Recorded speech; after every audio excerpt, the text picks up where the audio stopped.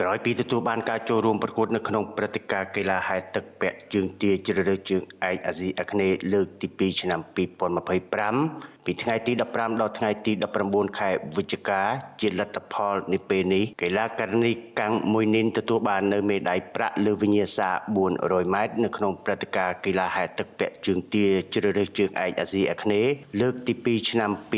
2025កាលពីល្ងាចថ្ងៃទី16ខែវិច្ឆិកាឆ្នាំ2025នៅទីក្រុងហ្សាកាតារបស់ប្រទេសឥណ្ឌូនេស៊ីជាមួយគ្នានេះកីឡាករលឹមសុវត្ថិនុនកីឡាករឆោមចន្ទថនកីឡាករទួនទឹកសច្ចា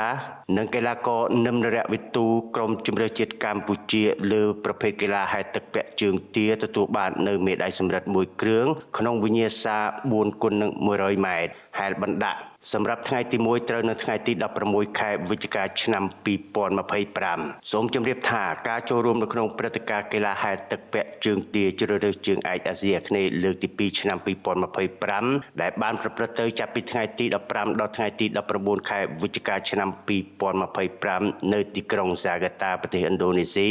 សមាជិកភាពដែលបានចូលរួមមានលោកហែមការីជាប្រធានប្រតិភូដឹកនាំលោកហែមថនពន្លឺគ្រូបង្វឹកលោកលឹមកៅឧត្តមគ្រូជំនួយកញ្ញាកាំងមួយនីមកីឡាករនីកញ្ញាឃីនប៊ុនពេជ្រមរកតកីឡាករនីលោកលឹមសុវត្ថិនុនកីឡាករលោកឆោមចន្ទថនកីឡាករលោកទួនទឹកសច្ចាជាកីឡាករនិងលោកលឹមនរៈវិទូជាកីឡាករ